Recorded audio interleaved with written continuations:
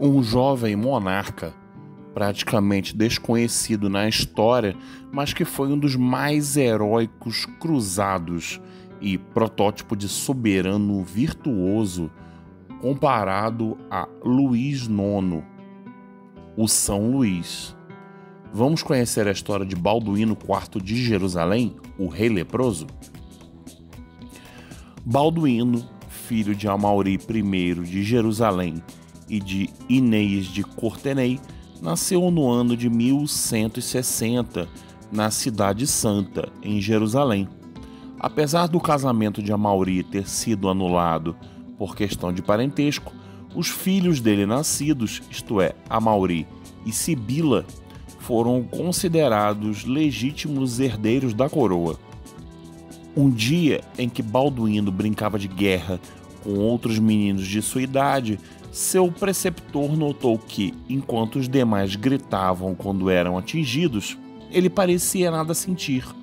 Perguntando-lhe a razão disso, o menino respondeu que os outros não o feriam e, por isso, não manifestava dor e não gritava.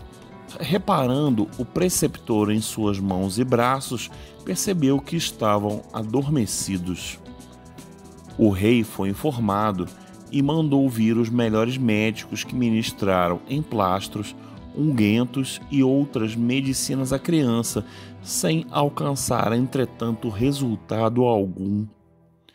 Isso era o começo de uma doença que iria progredir à medida que Balduíno fosse crescendo. Em suma, esse menino tão belo, ajuizado e sábio fora atingido por um mal terrível que logo se revelou, a lepra, e que lhe valeria o codinome de O Leproso. Com a morte prematura de Amaury, Balduíno foi aclamado rei aos 13 anos. Nessa época, ele era um adolescente encantador, o mais cultivado dos príncipes de sua família, dotado de uma grande vivacidade de espírito, se bem que gaguejando ligeiramente como seu pai, e de uma excelente memória, escreveu seu historiador e preceptor Guilherme de Tiro. O reino desse infeliz jovem, de 1174 a 1185, não foi senão uma longa agonia, mas uma agonia a cavalo, face ao inimigo, toda enrijecida no sentimento da dignidade real, do dever cristão e das responsabilidades da coroa, nessas horas trágicas em que o drama do rei correspondia ao drama do reino. Com efeito, o clima deste era de insubordinação, muitos procurando seguir apenas seus interesses pessoais. Foi essa funesta divisão entre os cristãos que levou, pouco depois, à perda de todos os reinos que haviam sido conquistados pelos cruzados da Palestina.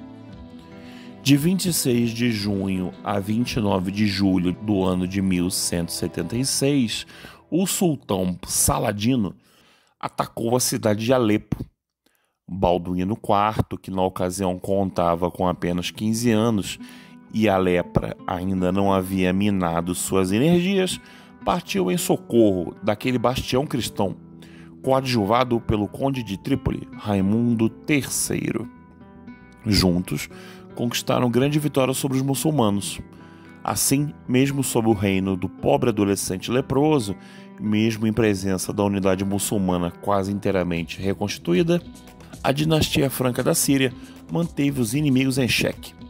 Apesar de sua enfermidade, logo ele não viajará mais senão em liteira, Balduíno IV, precocemente amadurecido pela dor, demonstrou uma força de alma, diante do qual a história deve se inclinar com respeito.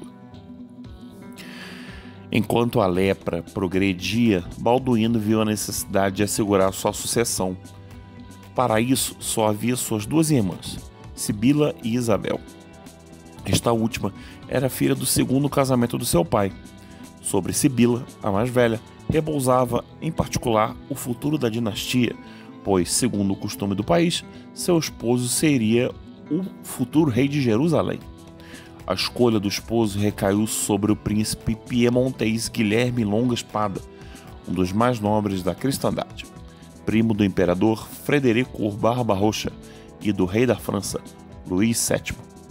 Tal casamento, que se realizou em 1177, foi efêmero, pois Guilherme faleceu 3 meses depois, deixando sua esposa à espera de um herdeiro, o futuro Balduíno V. Esse nascimento póstumo, trazendo como consequência para o reino uma nova regência, só poderia enfraquecê-lo ainda mais. Enquanto isso, Balduíno IV apressou-se em renovar a aliança com o imperador bizantino Manuel Comneno para, juntos, invadirem o Egito.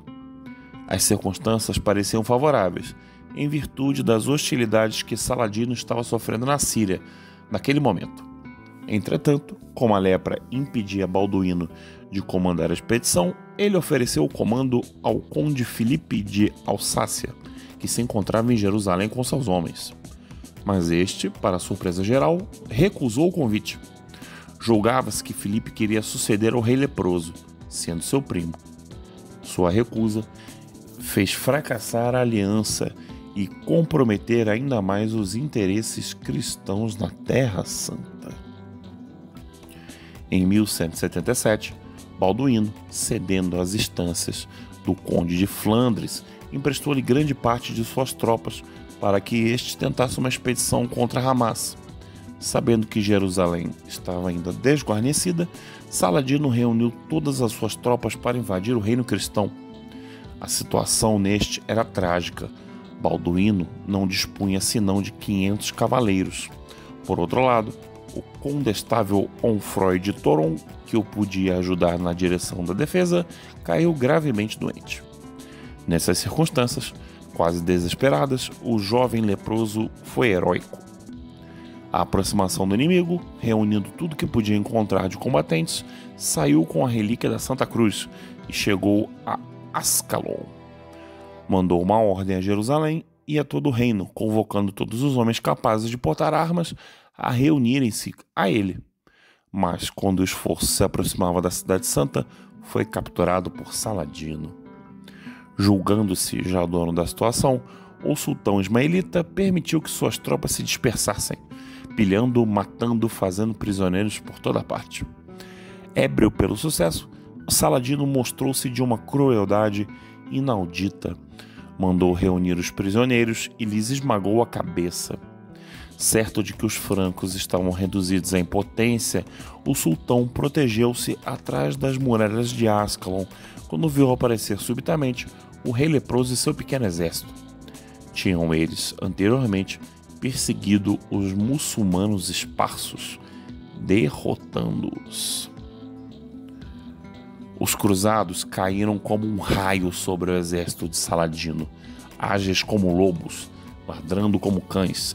Atacaram em massa, ardentes como a chama, com a relíquia da Santa Cruz à frente, portada pelo bispo de Belém. Os cristãos tiveram a impressão de que a cruz crescia até tocar o céu. O cronista siríaco Miguel, patriarca da Igreja Jacobita, contemporâneo dos acontecimentos, assim descreveu a milagrosa batalha de Montsigard. O Senhor teve piedade dos cristãos.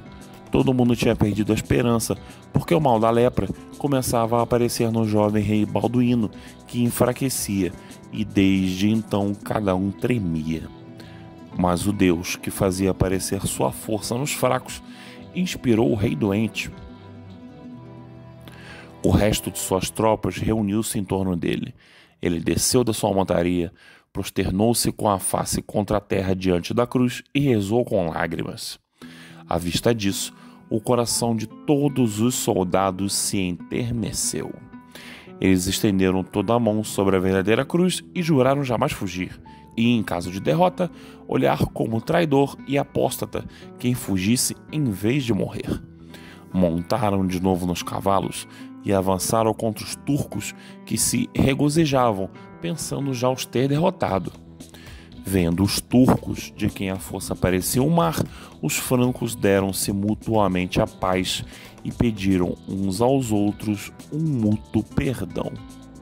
Em seguida, engajaram a batalha. No mesmo instante, o Senhor fez cair violenta tempestade que levantava a poeira do lado dos francos e a lançava no rosto dos turcos. Então, os francos, compreendendo que o Senhor havia aceito seu arrependimento, tomaram coragem, enquanto os turcos deram meia volta e fugiram.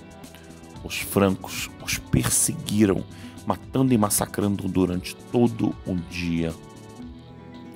Somente a fidelidade dos mamelucos salvou o Saladino da morte certa. Balduíno IV retornou a Jerusalém como triunfador e foi render graças a Deus dos exércitos na igreja do Santo Sepulcro.